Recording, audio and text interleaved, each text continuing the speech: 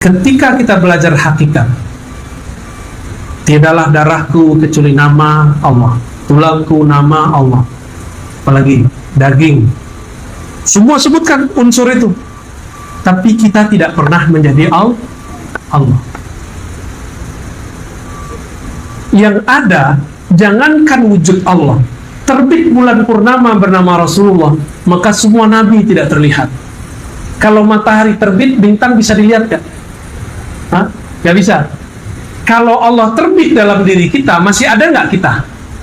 Maka ketika mereka mengatakan wujuduna wujudullah, itu musyrik, karena dia masih ada kaminya. Kalau dia menyebut wujud kami, wujud Allah, kaminya hilang. Itulah zikirnya para ulama, la mawjuda bihaqqin ilallah, tiadalah yang wujud sebenar-benar wujud kecuali Allah, yaitu wajibul. Kita ini mungkinul wujud, maka wujud kita ini menjadi hakiki karena dihakikikan Allah. Kalau enggak ada. Itu yang dilaporkan. Nah, dijawab oleh, pendek kata, oleh Imam Al-Qurani. Apa kata beliau? Jika yang dimaksud lebur wujudmu, tidak lagi wujudmu kecuali wujud Allah, itu ahlul muhaqqiqin, itu ahli hakikat. Tapi kalau kalian maksud ada wujudku, ada wujud Allah dalam wujudku, ini adalah zikir zindik. Bisa bedain ya?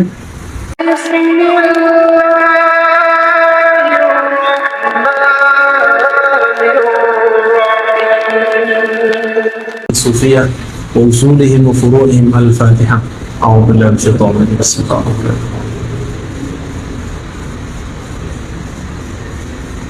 Bismillahirrahmanirrahim. Sebelum masuk ke Tuhfah, jadi di kitab Tanbihul Masyi itu ada sanad tarekat, benar gak? Ya.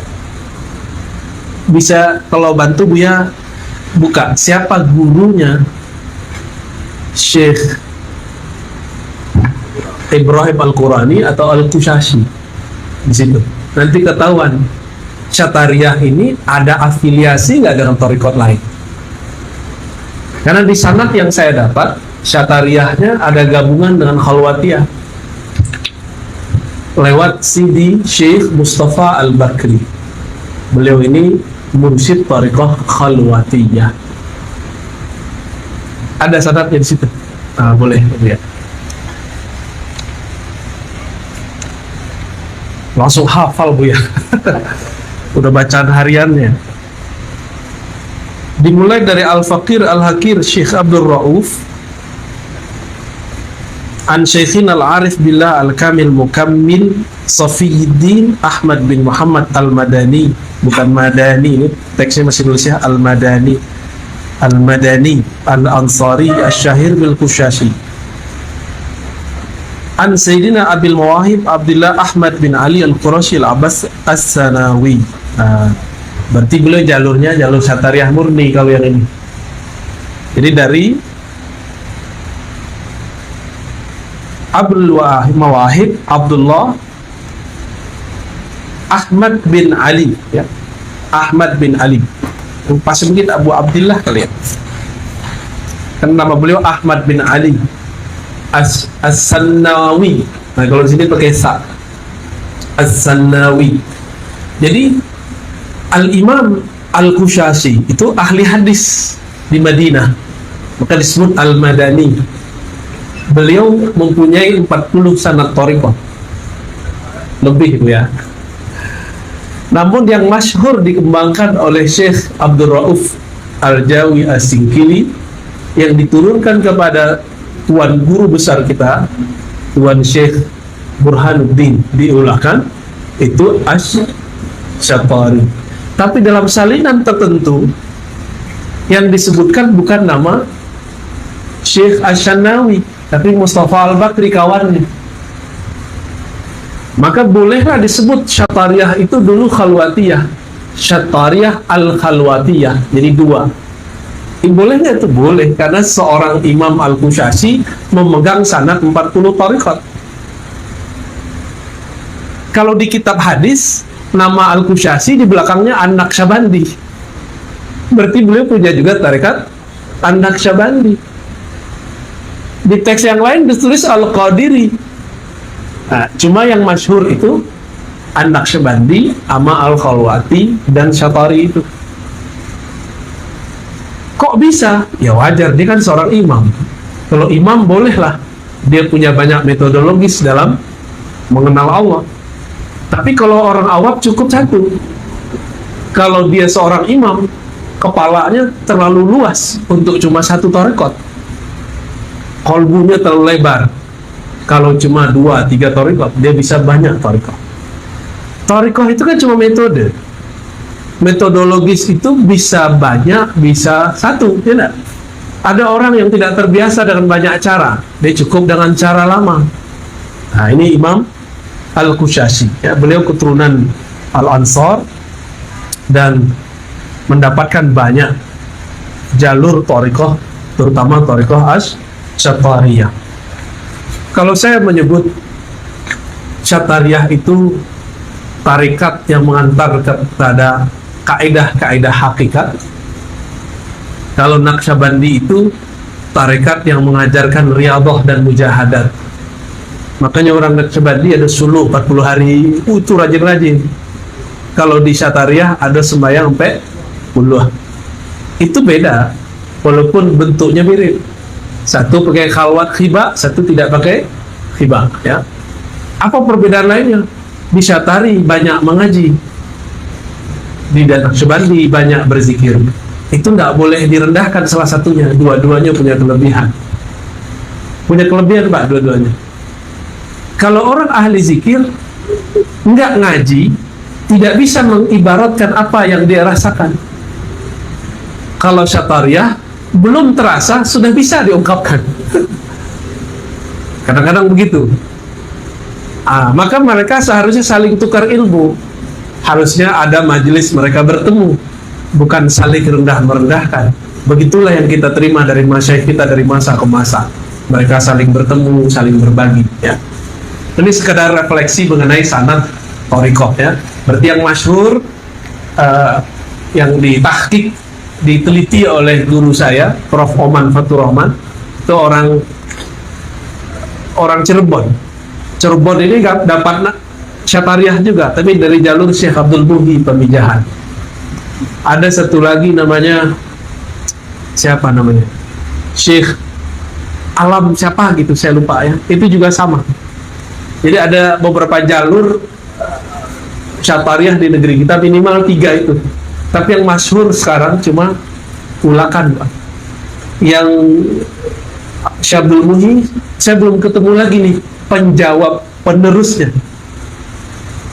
Paling ada tuh siapa yang di YouTube tuh, Gus Rafiq. Cuma saya belum cek apakah beliau murni Syatariyah atau sudah bercampur dengan kearifan lokal Jawa. Ya, wallahu alam, kita nggak ngerti karena saya jangan mempelajari beliau juga. Kitab At-Tuhfah Al-Mursalah, ya. Ini karena pertemuannya pendek, saya ambil yang inti-inti aja, Pak. Mau yang inti-inti kan? Nggak mau kan dikasih kitab gundulnya? Alhamdulillah selama beberapa waktu ini Allah isyaratkan saya untuk membuka kitab itu. Pertama kita buka di surau tempat saya dulu bersuluk thariqah di Payakumbuh. Kemudian dengan sahabat saya, murid dari Syekh Ali Imran, Buya Kerajaan.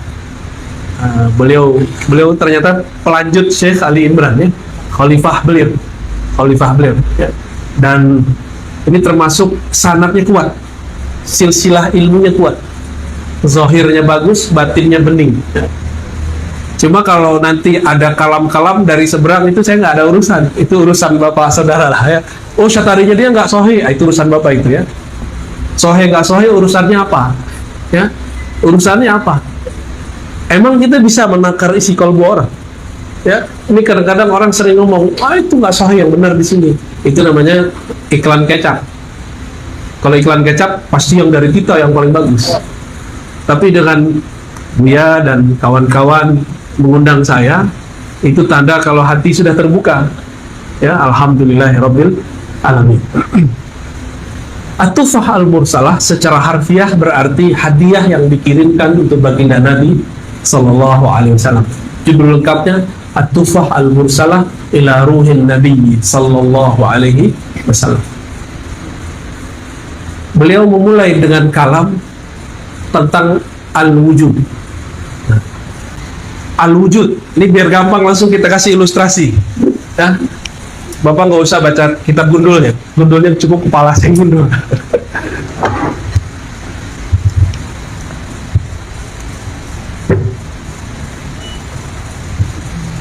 Ada istilah wujud. Lebih nyaman teks Arab atau teks Latin? Latin. Oke. Wujud itu bahasa Arab, Pak. Artinya Sang Maha Ada. Itu al-wujud, sifat wujud. Ya. Kalau Arabnya harusnya harus pakai al. Kita ada nggak? Ada. Allah ada.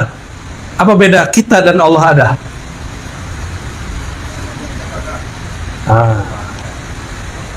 Apa nih? Oke, diadakan. Dia maha ada. Kalau dalam ilmu akidah, pakai ilmu akidah dulu. Akidah itu pakai akal. Nanti baru masuk ke kolbu. Bertahap. Ada mereka baginya kiri kanan, ada yang bagi. Kalau saya baginya nggak kayak kiri kanan, nggak setara. Ada yang disebut wajib ada.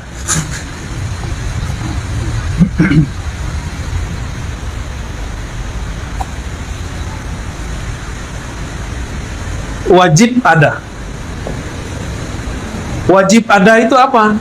Kalau bahasa Arabnya, mala yatasawwar fil aqli adamu. Kalau ditulis pakai matematika, negatif kali negatif, hasilnya positif. Yang tidak mungkin tidak ada. Tidak mungkin negatif, tidak ada.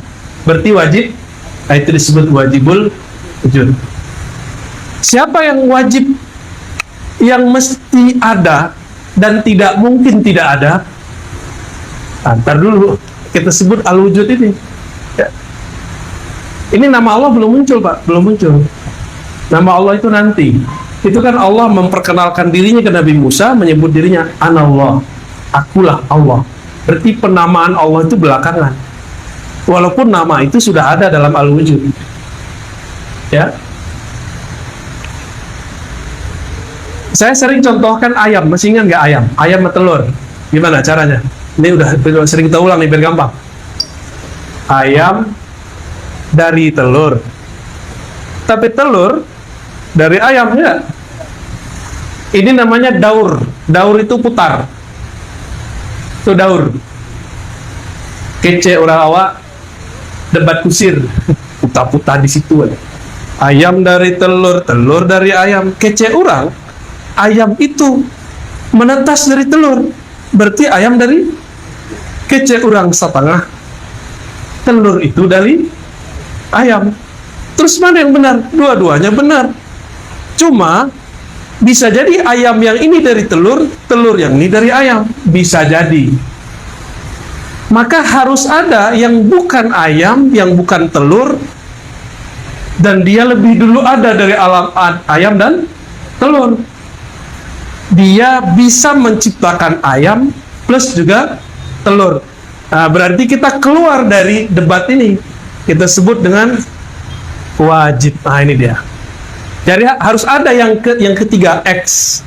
Kata orang kimia, harus ada yang X, yang bukan A, bukan B, bukan ayam, bukan telur.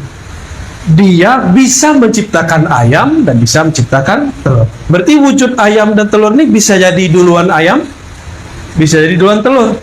Bisa jadi itu bahasa Arabnya mungkinul wujud. Nah, kalau dalam ilmu kalam nih taruhnya di samping. Wajib sama mungkin nggak setara, Pak. Dalam ilmu ma'rifat ini taruhnya di bawah. Dari wajib turunlah istilahnya mungkin.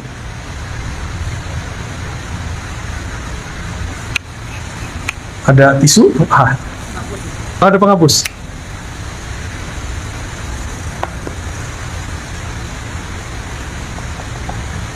Mungkin udah jadi bahasa Indonesia. Mungkin. Mungkin A, mungkin B, mungkin ayam duluan, mungkin telur duluan. Mungkinul wujud, jadi pasangannya wajibul wujud. Kalau ini mungkinul, siapa yang memungkinkan ayam dan telur? Wajibul wujud. Nah, gitu ke bawah. Ya, ini wajib, ini mungkin, ini gampangnya. Nah, alam semesta itu dari masa dahulu sebelum Nabi Adam itu sudah jutaan tahun. Bapak yang melihat berita atau mungkin ada yang berusaha dulu di situ, batu bara berapa juta tahun? Nabi Adam berapa tahun, Mbak? Nabi Adam itu belum sampai 7.000 tahun. Ini kita baru mau 7.000 ini. Jadi genap ini 1.500 kurang dikit, itu baru 7.000 tahun. Nabi Adam itu di bumi sekitar ya kurang-kurang dikit lah, mungkin 6.500 berapa gitu. Sedangkan batu bara sudah ada di bumi jutaan tahun yang lalu. Terus ketemu spesies, ada makhluk-makhluk purba yang tertanam badannya di bumi. Pas dicek, wah ini umurnya jutaan tahun yang lalu. Berarti ada makhluk sebelum Nabi Adam. Mungkin jawabannya mungkin. Siapa yang memungkinkan? Wajibul wujud. Kira-kira begitu, ya. Allah Subhanahu wa taala dari wujudnya ini kemudian memercikkan wujudnya, lalu tersebarlah kepada alam semesta menjadi alam. Adakah di alam, Anda anggap ini alam? Anggap ini alam. Setiap sudut di alam semesta itu semuanya adalah pengaruh dari wujud Allah. Jika ada orang berkeyakinan bahwa di alam itu, baik alam badan, alam tubuh, alam zahir, alam batin, urat, tanah, air, semuanya, bahwa di situ ada selain Allah, berarti ada Tuhan pencipta selain Allah, musyrik. Jadi di meja ini ada percikan wujud Allah, Pak. Tapi percikan wujud yang mana? Kalau wajib hanya untuk zatnya, untuk sifatnya, sedangkan mungkin untuk makhluknya. Wajib ini zat, ya. Zat itu punya sifat. Sifat ada nama. Nama ada fiil, perbuatan. Bahasa Indonesia udah jadi fiil ya. Fiil. Wajib zatnya. Dari mana nih alam semesta? Nggak keluar dari inilah struktur alam.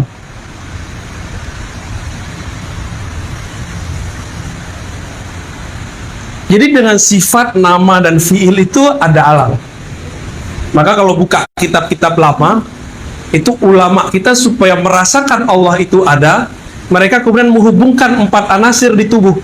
Ini kalau tubuh manusia, anggap alam itu, biar gampang, alam ini kan terlalu banyak. Ulama kita sepakat, alam itu manusia besar, manusia alam kecil. Ini sekarang kita jadikan dia adalah manusia. Bansuan Pak. Mudah kok, nggak gampang, nggak sulit kok.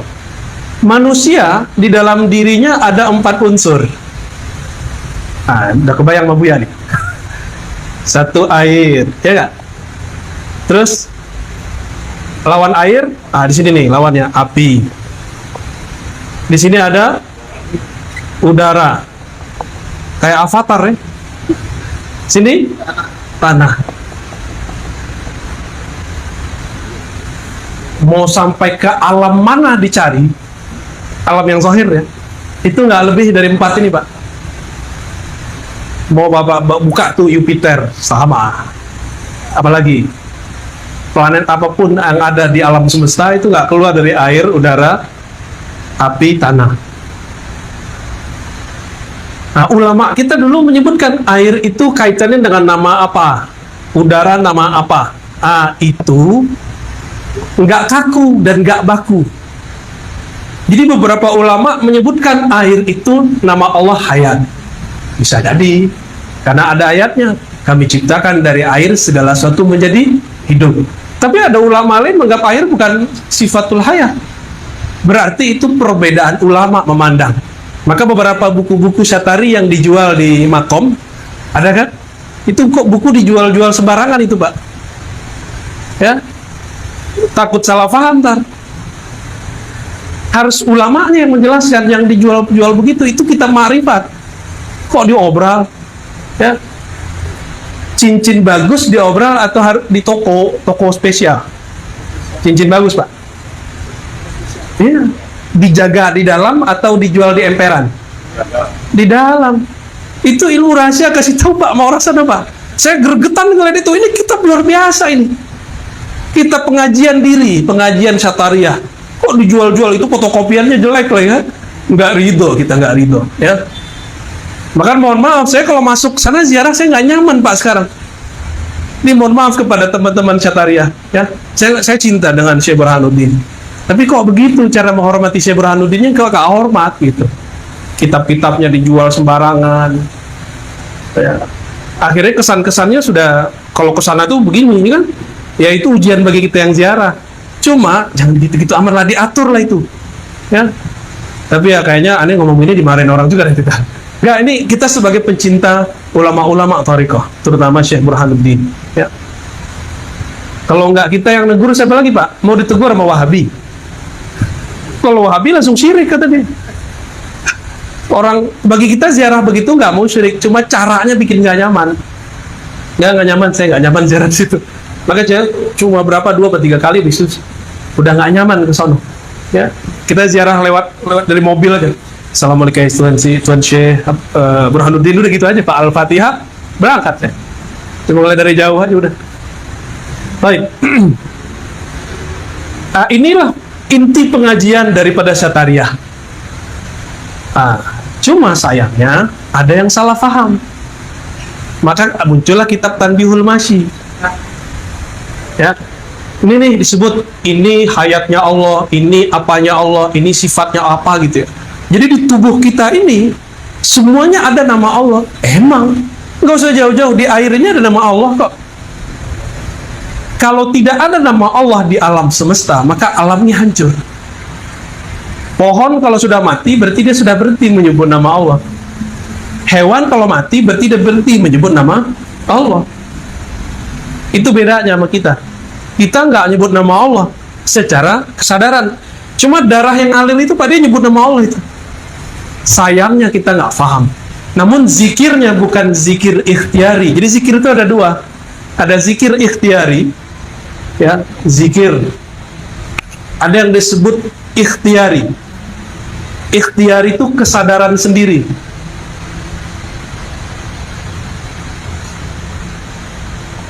Saya sadar saya zikir, maka saya pilih zikrullah. Ini zikir ikhtiari. Orang yang zikir begini, inilah yang disebut salik. Apa arti salik? Orang yang suluk, yang mau menempuh jalan kepada Allah. Kan beda thariqat, beda suluknya. Cuma karena yang dominan di daratan, di dare, suluk itu berkhawal 40 hari, orang taunya orang suluk berkhalwat, itikaf. Kalau di Piaman, suluk itu yang ngaji, zikir, ngaji, zikir. Tapi zikirnya zikir ikhtiari. Nah, di tubuh kita yang disebutkan dalam kajian-kajian diri, kajian-kajian ma'rifat diri, darah zikirnya ini, ada nama Allah di tulang, ada nama Allah di daging. Itu kajian-kajian begitu, Pak.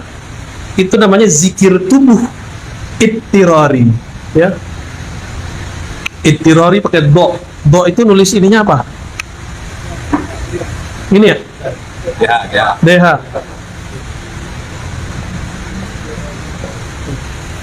Ittirari apa artinya? Zikir bawaan, zikir terpaksa.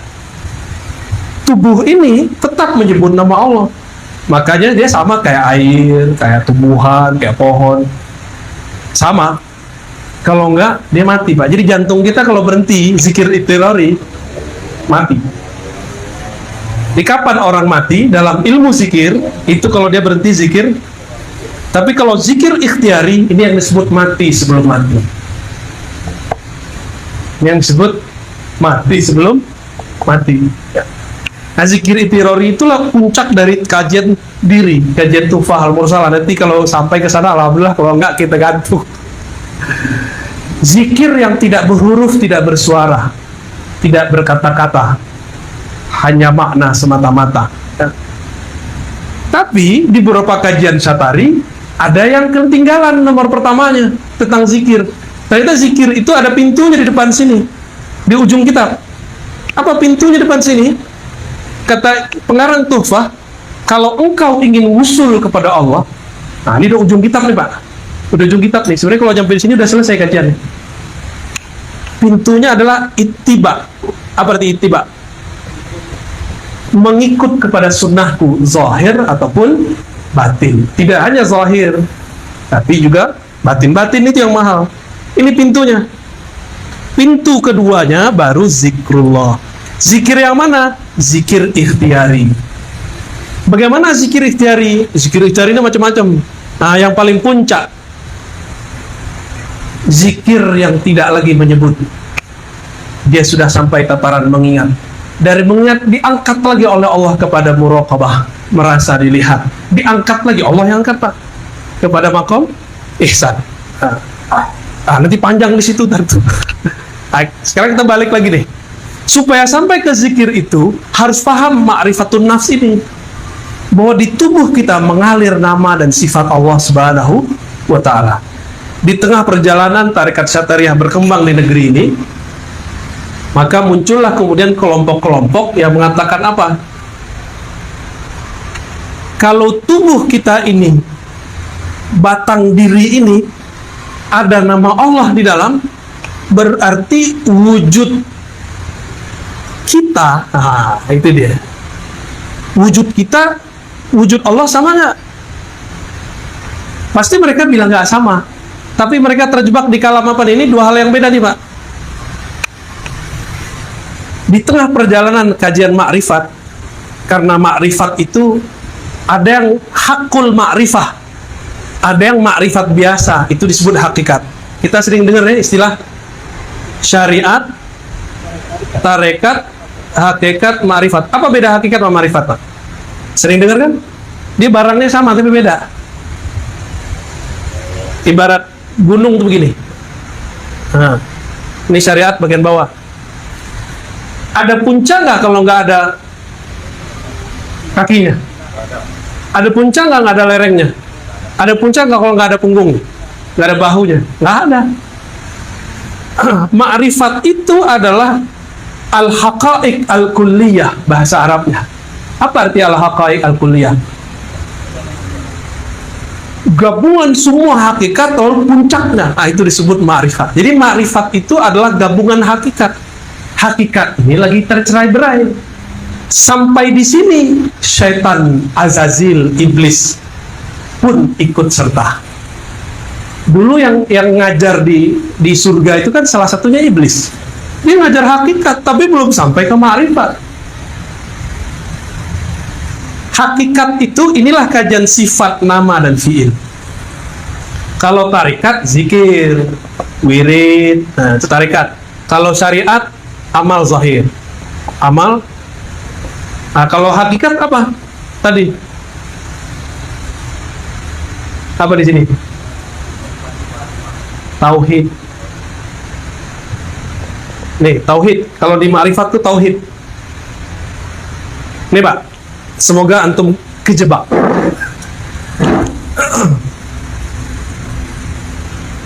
Iblis itu dari ciptaan Allah nggak? Ya. Iblis itu membangkang, tidak sujud kepada Adam karena memandang sujud kepada Adam itu syirik. Gimana?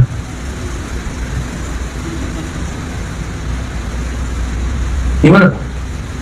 Ya Allah, kenapa engkau menyuruh aku sujud kepada selainmu? Bisa nggak dia protes begitu? Itu hakikat iblis namanya. Itu level rendah, ada level lebih tinggi.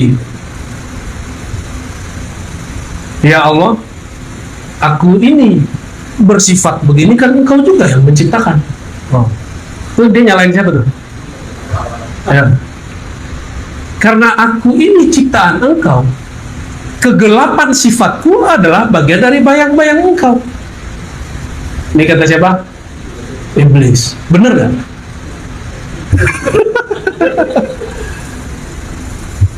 Bisa benar, bisa enggak. Yang diomongkan oleh ahli hakikat itu pasti benar. Mau dia iblis, mau dia wali, pasti benar. Bedanya nanti dia jadi waliullah atau jadi wali setan, itu aja. Sama-sama wali, Pak. Ngomong hakikatnya sama, teorinya sama. Nanti ujungnya apa? Kalau aku ini, empat anasir tubuhku ini adalah nama dan sifat Allah.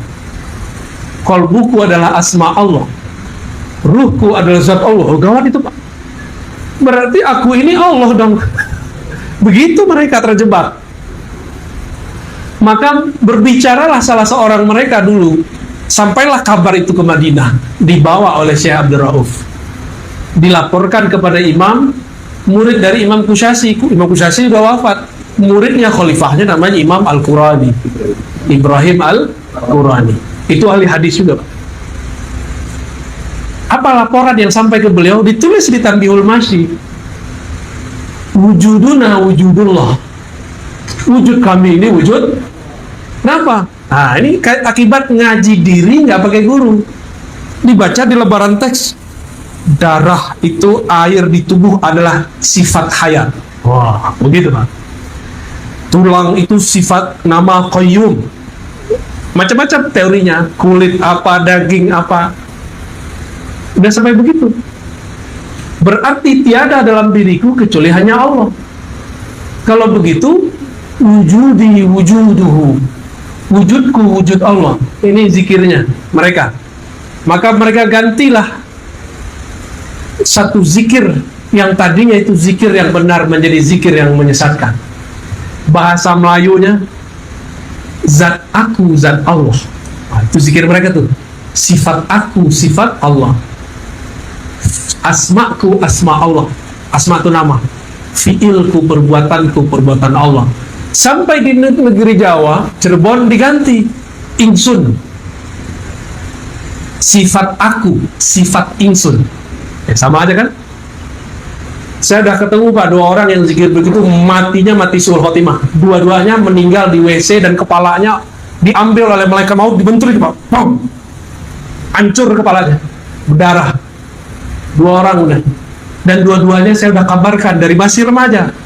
Pak, Bang, ada dua nih. Satu orang Minang, satu orang Bugis Betawi. Bang, ini zikir iblis. Ini zikir hakikat, tapi hakikatnya sudah dibelokkan oleh iblis. Sudah dibelokkan oleh iblis. Terus tolong ditinggalkan. Saya khawatir nanti suul khotimah. Saya udah ngomong gitu, Pak. Udah nggak bisa. Ini saya terima dari guru saya. Kamu kan anak kuliahan, ngerti apa? Ngomong gitu deh. Akhirnya beberapa waktu saya kabarin lagi. Nggak mau dikasih tahu, saya nggak datang lagi ke mereka.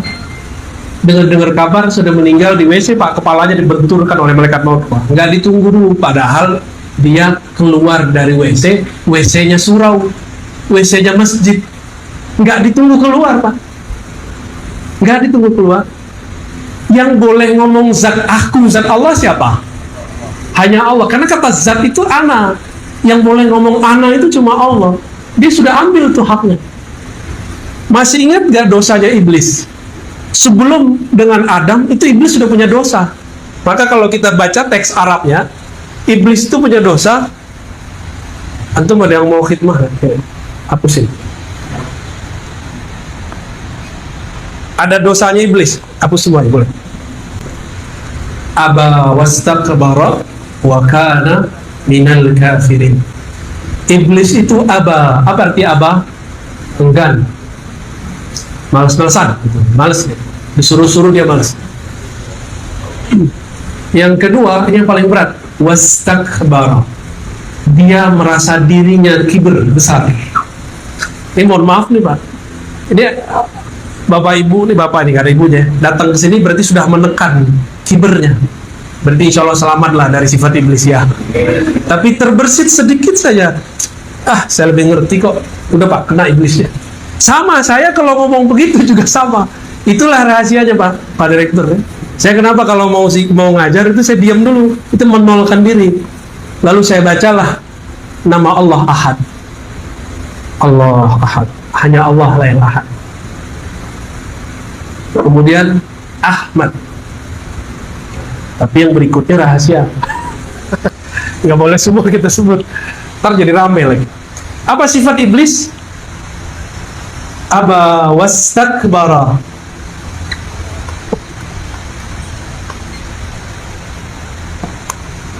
Aba, enggan. Istakbara, kiber. Kiber itu merasa besar, merasa alim, merasa suci, merasa taat. Nah, gawat tuh.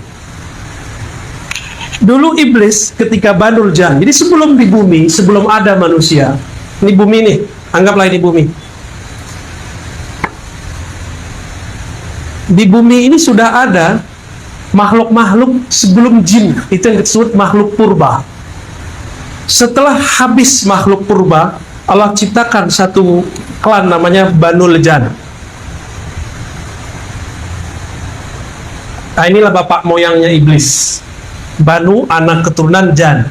Jadi bapaknya namanya Jan. Yang diciptakan dari yang terang juga, tapi api. Karena ada yang terang cahaya, ini terang api. Mereka jadi jin, tengkar ya, tengkar di sini segala macam. Allah kemudian buatlah di muka bumi kiamat awal. Kiamat pertama sudah terjadi Pak untuk bangsa jin. Di saat ini dihancurkan, dikirim meteor. Jadi teori ada meteor jatuh ke bumi itu sahih, itu benar. Dihancurin, maka semua binatang-binatang mati. Mati semua jadi makhluk purba. Di antara Banul Jan ini ada satu pangerannya. Nah, kira-kira begitu. Namanya Azazil. Masih kecil. Diutuslah dari langit Jibril. Diutus dari langit Jibril. Jibril, selamatkan Azazil, ajarkan dia zikir. Maka berzikirlah Azazil di bumi. Jadi waktu ini dihancurkan, ada yang lari ke gunung, jadi penunggu gunung. Ada yang lari ke sungai, jadi penunggu sungai. Ada yang ke laut, jadi Ratu Nyi Roro Kidul. Ada penunggu. Itu asli Pak. Makanya kalau kita pergi ke atas gunung, berangkatnya berlima, jangan pernah misah. Karena itu kampungnya mereka tuh. Istana mereka di situ semua tuh. Kalau melaut, jangan pecah, ya. Kalau dulu orang pakai kapal, sekarang kan udah enggak. Nanti dimasukin mereka. Ada yang ke pohon-pohon. Makanya ada pohon-pohon sati, ya. Betul ya? Angker. Sebenarnya nggak angker, emang tinggalnya di situ. Beringin, ya. Sebenarnya semua pohon ada Pak. Ada yang ke batu-batu di gunung-gunung. Makanya batu cincin Bapak bisa dicek tuh ada barangnya apa enggak tuh. Oh, ada cincinnya Pak. Nah, itu aman Pak, insya Allah. Itu ada isinya Pak. Jadi mereka lari ke mana? Lari ke bebatuan, masuk, tinggal di situ. Jin itu kan abadi, kalau nggak dibunuh dia nggak mati. Jadi kalau nggak dikirim meteor nggak mati-mati. Kalau nggak ada jin lain yang membunuh dia nggak mati. Atau manusia sakti menghantam dia nggak mati-mati. Oh, canggih Pak ya, bisa manusia sakti Pak. Ini mereka ada yang ikut ngaji nih Pak. Ini dia juga bingung nih ceritain, lu kok ente tahu gitu. Berhasillah si Azazil ini dididik zikir. Ini Azazil tuh rajin, dia rajin zikir. Berzikirlah di bumi sekian lama tahun, sekian ribu tahun. Anggaplah 1000. Dibawa ke langit pertama. Berhasil 1000 tahun. Kedua, ketiga, terus sampai ke-7. Berhasil ke-7 menjadi khazinul jannah. Khazin, apa arti khazin? Penjaga perbendaharaan surga. Di sini dia juga kasih gelar Haris. Haris ini penjaga juga artinya. Kalau ini perbenaran, kalau ini surganya yang dijaga. Malaikat padahal nggak semua dapat izin masuk ke surga. Ada malaikat cuma izin sampai 1, 2, tapi si Azazil bisa tembus. Kenapa, Pak? Karena dia zikir. Di sini dia zikir malaikat bumi, di sini dia zikir malaikat 1. Jadi Azazil ini bisa diberikan lebih dari 1 zikir, sedangkan malaikat hanya bisa diberikan 1 zikir, kecuali Jibril. Jadi malaikat tuh kalau dari awal dicipta, dia zikirnya subhanallah, subhanallah, subhanallah. Itu aja dari awal dicipta sampai ya. Kalau malaikat Malik tuh nggak bisa senyum, Pak, zikirnya. Terus siapa kamu? Munkar Nakir sama. Zikirnya Munkar Nakir cuma man rabbuka, man rabbuka. Siapa Tuhanmu? Siapa Tuhanmu? Begitu aja zikir. Dan apa? Mau yang datang wali nggak wali, dia tanya begitu. Tapi kalau wali ntar dia hormat. Siap Pak Wali, lanjut. Maaf, salah tanya. Jangan serius sama Pak belajar agama tuh. Jadi dia bisa zikir malaikat 1, langit 2, langit 3, sakti gitu. Jadi kalau kita mau ngelawan iblis dengan zikir, kalah. Hitung aja Pak, di sini 1000, di sini 7000, udah berapa ribu dah? Ini hitungan saya, bisa jadi lebih. Kan yang di surga belum dihitung. Sehari di surga sama dengan 1000 di sini. Berarti ribuan tahun. Anggap saja nih, dia sudah zikir 10.000 tahun, anggap. Bapak ada yang zikir 10.000 tahun? Kayaknya disuruh Buya, nih amalkan ini, setengah jam kayaknya handphone bunyi-bunyi, wadah. Udah lewat ya. Gak kuat kita. Jadi kalau kita mau ngelawan iblis dengan zikir, kalah. Nah ini himbau saya kepada para salik. Kalau mursyid udah ngerti lah ya. Para salik nih, jangan terkecoh oleh jumlah zikir. Silakan latihan dengan angka-angka tertentu, tapi jangan mendewa-dewakan angka itu. Ya, angka itu cuma latihan. Karena kalau kita kemudian kalkulasikan dengan Azazil, kita kalah telak Pak, kita sudah nggak bisa. Nah, waktu di surga, sembari di sini kan dia mendapat ilmu hakikat. Ketika dia sampai kepada puncak nur zikirnya, nah iblis itu sampai kepada kalam yang tadi, yang dikalamkan oleh orang di bumi, yang dilaporkan ulang oleh murid-muridnya Syekh Abdul Rauf ke Madinah. Apa kata iblis? Ya Allah, engkau ini kan kabir. Dengan kabirmu, engkau bisa mengatur alam semesta. Boleh dong pinjam bentar gitu. Itu yang disebut istakbaro. Ini tafsir hakikat nih. Istakbaro meminta kibirnya Allah, meminta kebesaran Allah. Apa kebesaran Allah? Ana Rabbul Alamin. Akulah yang mengatur alam semesta. Jadi iblis tuh minta dipinjamkan selendang miripnya punya beliau nih. Itu kan pakaian kewibawaan untuk seorang mu'allim. Kata iblis, ya Rob, pinjam dong bentar. Sehingga kalau saya berkalam ke hadapan malaikat, mereka tunduk semua kepadaku. Kan tunduk kepadaku, itu tunduk kepadamu juga. Kan aku, engkau juga. Di situ Allah marah, Pak. Jadi dia minta kibirnya Allah.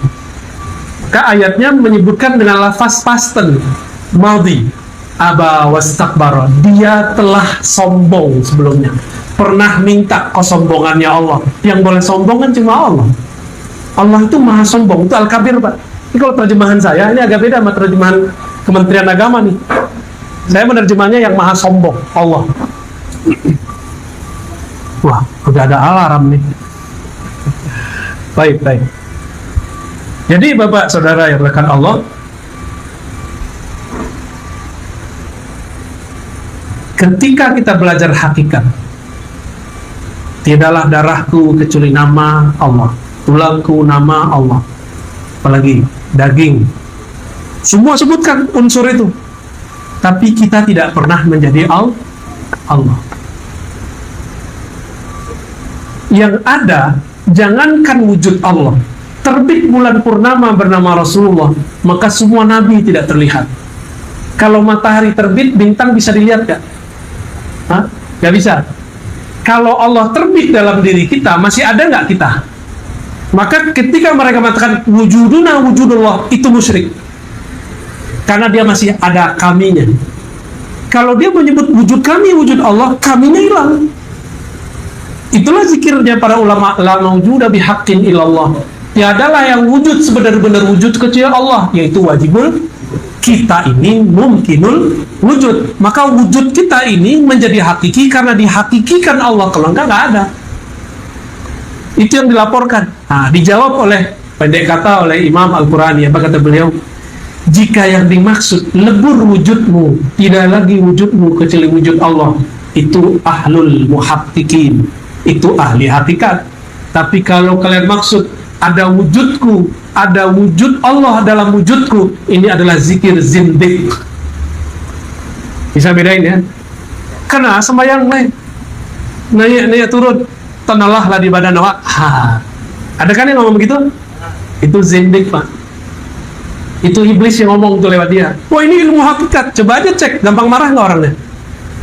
Itu tanda di dalamnya itu azazil iblis, bukan Nur Muhammad sallallahu alaihi wasallam.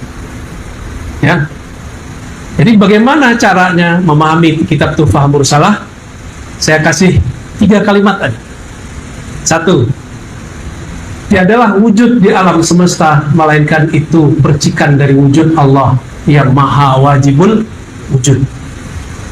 Tapi Allah wajib, kita mungkinul wujud. Seberapa hebat pun si mungkin ini, tetap dia bukan wujud yang wajib. Ya. Kedua,